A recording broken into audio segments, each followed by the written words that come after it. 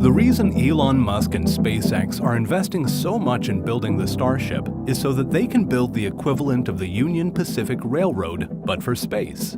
The Union Pacific Railroad connected the east and west coasts of America, and it opened up trade and created more settlements on the west coast. Elon Musk says that this is what the Starship is being built for, to act as a railroad to space, which will open up the space economy, creating settlements on the Moon and Mars. Could it be as soon as 2022 that we see the first long-range Starship mission? And how soon will we get to see Starship making test flights, taking Starlink satellites into orbit?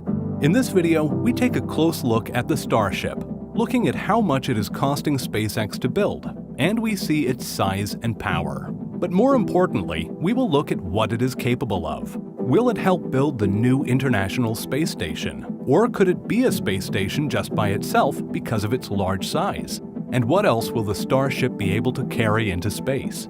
How many Starships will there be? And what missions has it already been signed up for? And what is its current status? How far along is SpaceX in building and testing the Starship? And when could we see it in action?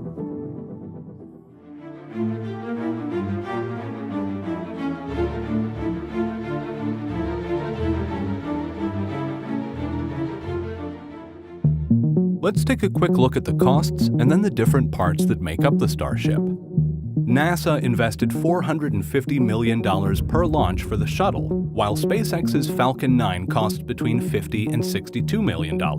But Elon Musk has said that the cost of a Starship launch could be as low as $2 million.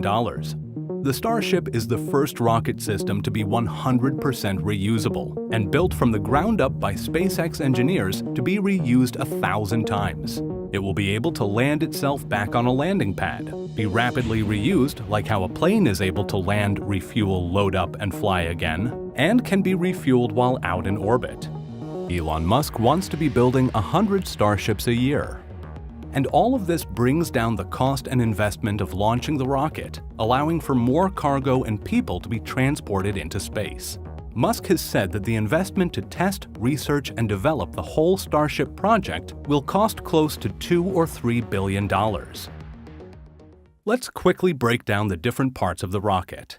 The Starship is part of a rocket system. The top section of the whole rocket system is where the Starship sits. It is the second stage, and its role is to carry cargo or passengers to space, other planets, and in between cities here on Earth.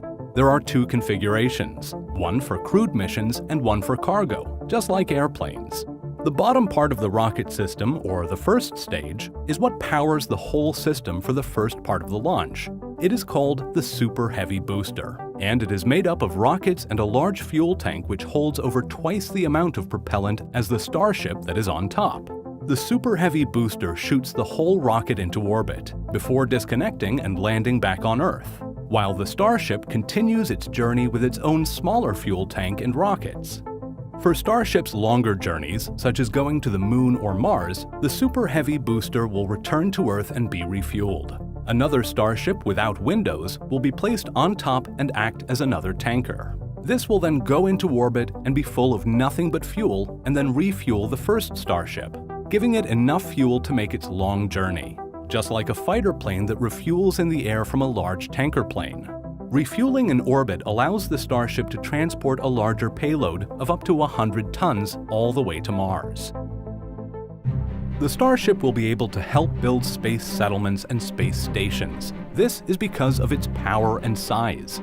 The Starship system will be the most powerful rocket that has ever flown, meaning it will be able to carry the most amount of stuff. The Saturn V rocket that carried humans to the Moon is the most powerful rocket in history, as it carried 48.6 metric tons to the Moon. The Starship, along with orbital refueling, will be able to take 150 tons to the Moon. That is 100 tons more than the Saturn V rocket. And going to Mars, the Starship can carry about 100 metric tons. Compare that to the 2020 Mars Perseverance rover, which was on a rocket that could carry a payload of just 4 to 8 tons. The area of the Starship that can hold humans or cargo, called the payload fairing, is 59 feet in height and 30 feet in diameter. When the Starship is used to carry passengers from one city on Earth to another, it could carry up to 1,000 people at a time. Elon said this would happen if it is filled with only seats and has no toilets, pilot area, or food galley. When it comes to going to other planets, Elon Musk has said that the final Starship could be capable of carrying up to 100 people. So what will the Starship be capable of? What sort of things will it help build in space and on other planets? We have already seen SpaceX send astronauts to the International Space Station. Would the Starship also be needed to go to the ISS? Being so large, the Starship could end up being its own space station.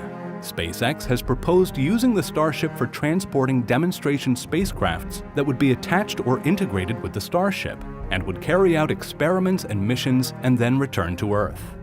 In our other video about how origami is helping build the future, we talked about how a large space rocket such as Starship would be able to transport large space telescopes and large inflatable structures. Space telescopes are getting larger, but are limited to the size of the rocket that can launch them. Starship will allow for much larger space telescopes and star shades, and this results in better views of faraway planets. Astronomers are then able to study distant planets to see if there is life or if the planets could be habitable for humans. And instead of building solid structures in space, inflatable ones could be used, making it faster to build in space since fewer launches are needed to transport materials. One inflatable module has been attached to the ISS in the past, but a larger rocket such as Starship will be able to carry much larger inflatable space structures, one that is even twice the size of the current International Space Station. Musk has also talked about using the Starship for transporting passengers from one city to another on Earth, being able to go anywhere around the world in under an hour. And Elon says that Earth-to-Earth test flights might be in 2 or 3 years. In the long term, SpaceX plans to build a city of the future on Mars.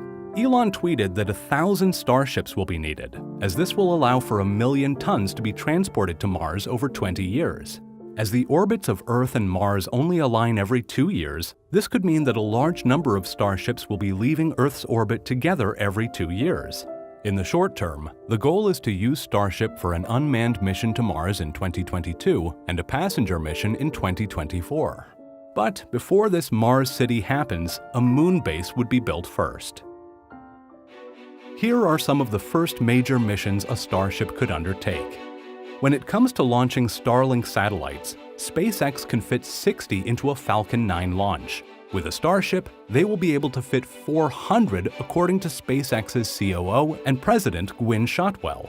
The most satellites launched from a single rocket is 104 by the India Space Research Organization.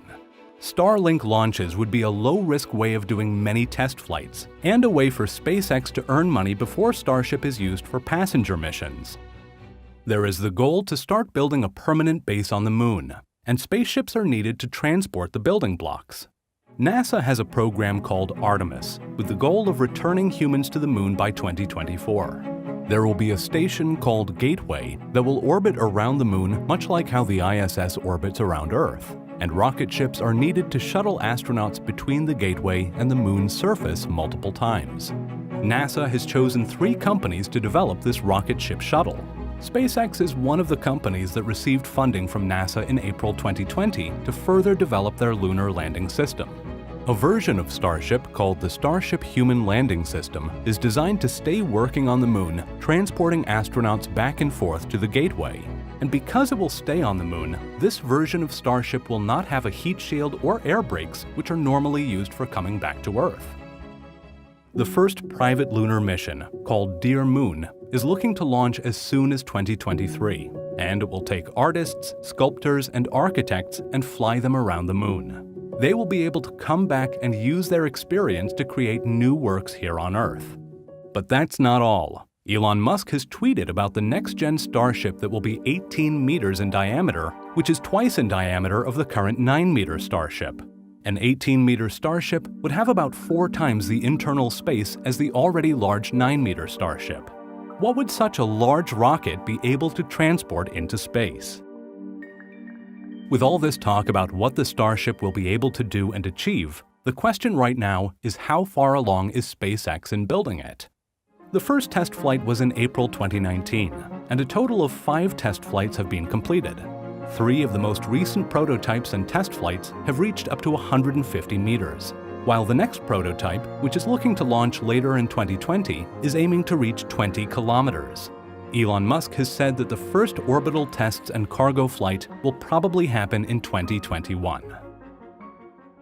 Elon Musk is a person who keeps pushing for faster and faster progress, saying that if a design is taking too long to build, then the design is wrong. This is the reason he scrapped the whole Starship design when it was being built in carbon fiber, and switched to the steel design we see today. So as Elon Musk pushes for faster progress with his eye on building a city of the future on Mars, we could see the Starship in action as soon as 2021. On the next episode of Venture City, we take a look at Elon Musk, the scientist behind the CEO, and try to understand his scientific thinking and way of life that fuels his businesses. Hit the subscribe and thumbs up button to not miss a video.